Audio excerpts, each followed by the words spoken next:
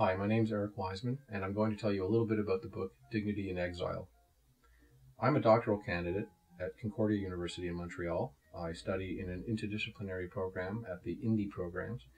I basically study sociology and anthropology, but I do a lot of work in film, media, documentary. I dabble in a little bit of political theory and social thought.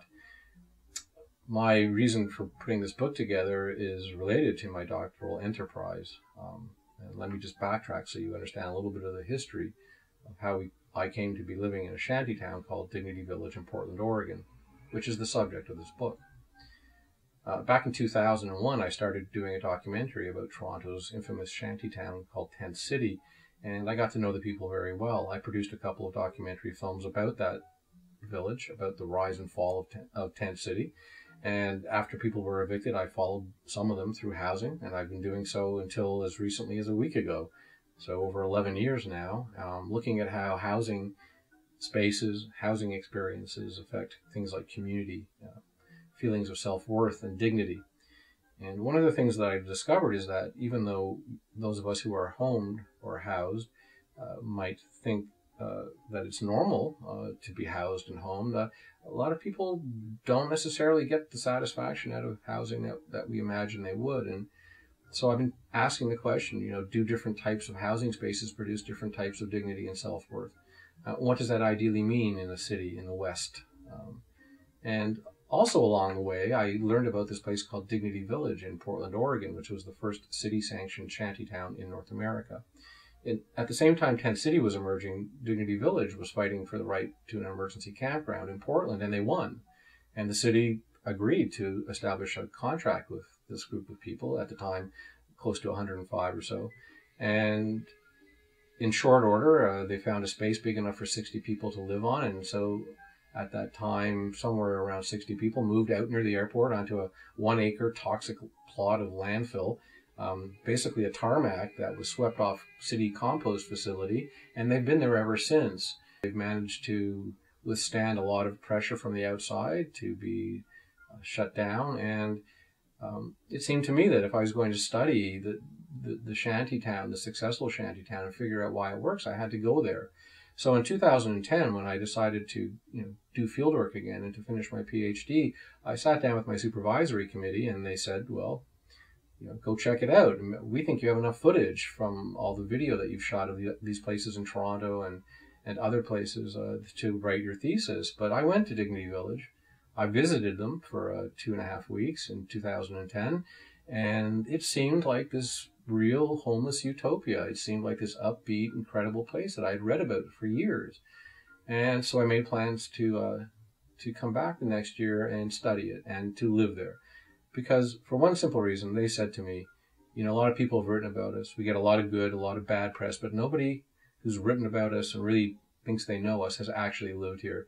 And if you want to write about us, we would rather you came and stayed and did that. And so they provided for a place for me to stay, and I stayed there for 5 weeks between June and August of 2011. So as part of this experience, I invited Nigel Dixon, who's a really great photographer, to come down. And I've seen lots of Nigel's work because I've known him for many, many years. And I know that he has this uncanny ability to capture these shots of people that, I don't know, other people just don't seem to get. He seems to elicit this inner child, I don't know. He captures quality of personality in a visual image that speak way beyond, the social condition we might be talking about in the broader context. So, when I told him about the project and where I was going, he said it sounded like the kind of place where he would see really interesting people, not subjects. He didn't use that word. Not a really interesting problem to study. He said, yeah, these sound like really neat characters. And I said, well, they are, and you should come. And so he did. In July, he came down shortly before I returned to Canada. And he shot these people I'd come to know by living with them for the last month or so. I shot between 70 and 100 hours of video inside and outside of the village. I made a lot of footnotes. I got to know people a lot, and I held a lot of conversations with people. And they had conversations with me. I gave them the camera to use. And so the book represents a transcription of many of these conversations. The book is really about how these people and I have produced certain observations and conclusions, how we've kind of together spoken things out and created a certain truth about the place.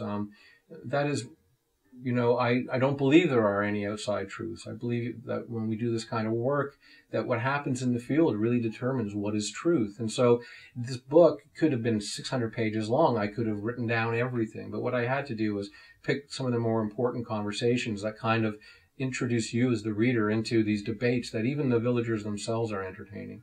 And what I also did was I took photographs of Nigel's that were of a particularly important aesthetic value, I felt, but also who captured the people and their essence that's expressed in these stories. And I'm hoping that the book will give you the same opportunity to explore that relationship between the visual and the told story. I mean, photos as a type of text, and then the written story as an actual text.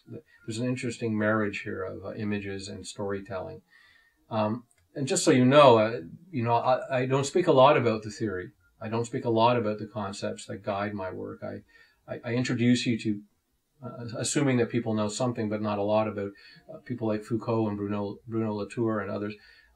I introduce you to the fact that I have a serious opinion about these places, and in the sense that shantytowns and tent camps are now becoming much more widely accepted in the United States.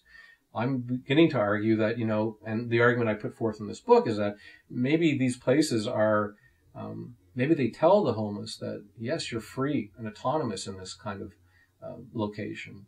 But what I think is going on and what my observations are is that because the state is totally incapable of dealing with the numbers of homeless that they produce on a daily basis, in the United States especially, they're saying, yeah, we got to start recognizing these tent camps and at least give people a sense that they're grounded so that they'll start managing themselves, because we can't manage them anymore.